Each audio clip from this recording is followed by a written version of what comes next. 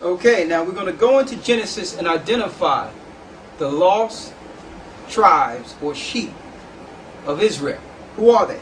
We're going into the beginning. Let's go to Genesis 49 and 1. Genesis 49 and 1. And Jacob called unto his sons, and said, Gather yourselves together, that I may tell you that which shall befall you in the last days. He says, come on, gather together at my bed. Jacob is the father of the Israelites. His name was turned to Israel when he wrestled with an angel. So, in old times, or in biblical times, before the father dies, he hands down the blessing and the future of what will befall the children. So he called his children together before he passed and says, come, my sons, I will show you what will befall you in the last days. Now we're in the last days. So he was not talking about those children per se, but the seed of his children. What would be the condition of your children in the last days? This is how we can identify who the lost sheep are according to bloodline. Read. Verse 2. Gather yourselves together, and hear ye sons of Jacob, and hearken unto Israel your father. Israel your father. Who are the children of Israel? Read. Reuben, thou art my firstborn. Reuben was the firstborn. Now usually the firstborn inherits, or he's the heir or the heir of the father. He inherits all the blessings. But what happened to Reuben? Read. Reuben, thou art my firstborn, my might, and the beginning of my strength, the excellency of dignity and the excellency of power. The excellency of dignity and the excellency of power. Read. Unstable as water, thou shalt not excel, because thou wentest up to thy father's bed, then defoulest thou it. He went up to my couch. He slept with his father's maid, Bilhah, and because of that he lost the promise of the firstborn. But he still had excellency and dignity. When you go into this book, I have a book here that you cannot get because it's out of print now, by Ronald Sanders, called Lost Tribes in the Promised Lands. It lets you know when the Spaniards and some of the Jewish, came over to the Americas when the Indians were here, that Reuben in Florida identified themselves as a tribe of Reuben. Now this was before Reuben lost their identity. And Reuben also identified another tribe, the tribe of Ephraim.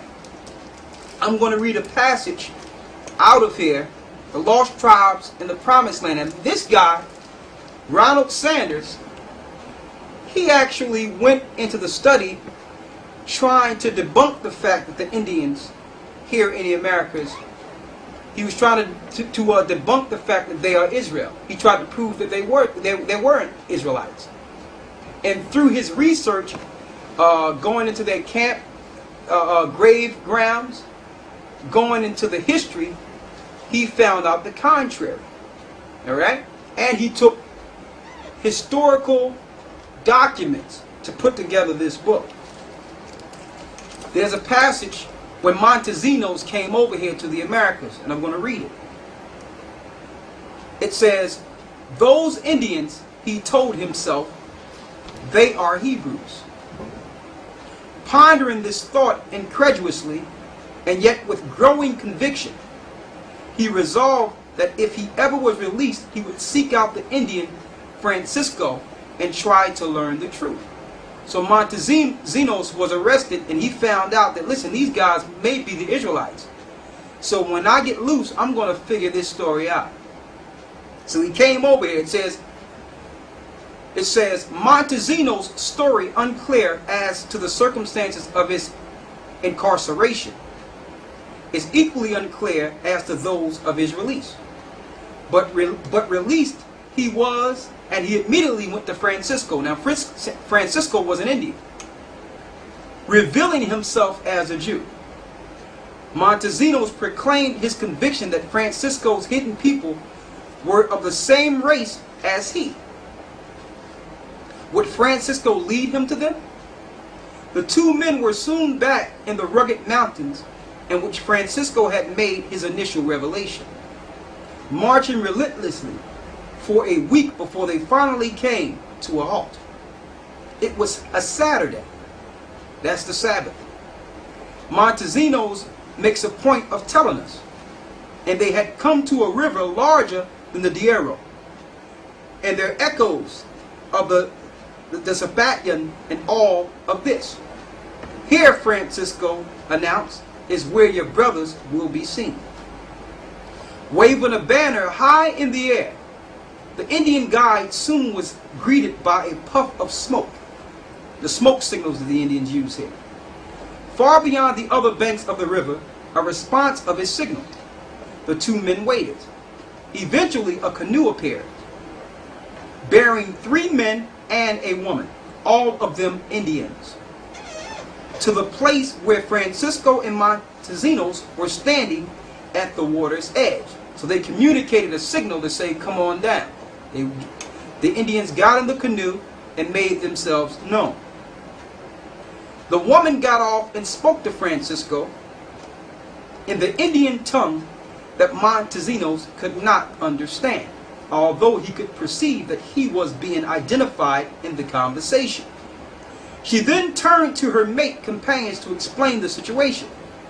Upon hearing her words, they rose and went over to Montesinos, and to his utter astonishment said, Shema Yasha'Allah, Alahayanawa Akkad. Hear, O Israel, the Lord our God is one. They had recited in Hebrew the fundamental credo of Judaism. So when they came over here, the Indians were still speaking the Hebrew language. And we're going to show it, and you're going to pan it in. I'm going to show you. A brief conversation then ensued in their common ancestral tongue. According to Montesinos, whose fluency in it is almost perplexing to the reader of his narrative as it is that of the 3 mysterious new companions, they told him that they were themselves of the tribe of Reuben, the same tribe we're reading of in Genesis the 49th chapter, finding the lost tribes. So we know that the tribe of Reuben is the Seminole Indians. Also, there's a residue in Australia, because it says they would not excel. You have the Aborigines, or the indigenous people of Australia, who are living in very subservient lifestyles at this point. So they also are part of Reuben in Australia. And that the tribe of Joseph lived on an island nearby. So not only did Reuben know who he was identifying that Ephraim, the son of Joseph, was on an island nearby. Now we have identified the first tribe, Reuben, the firstborn.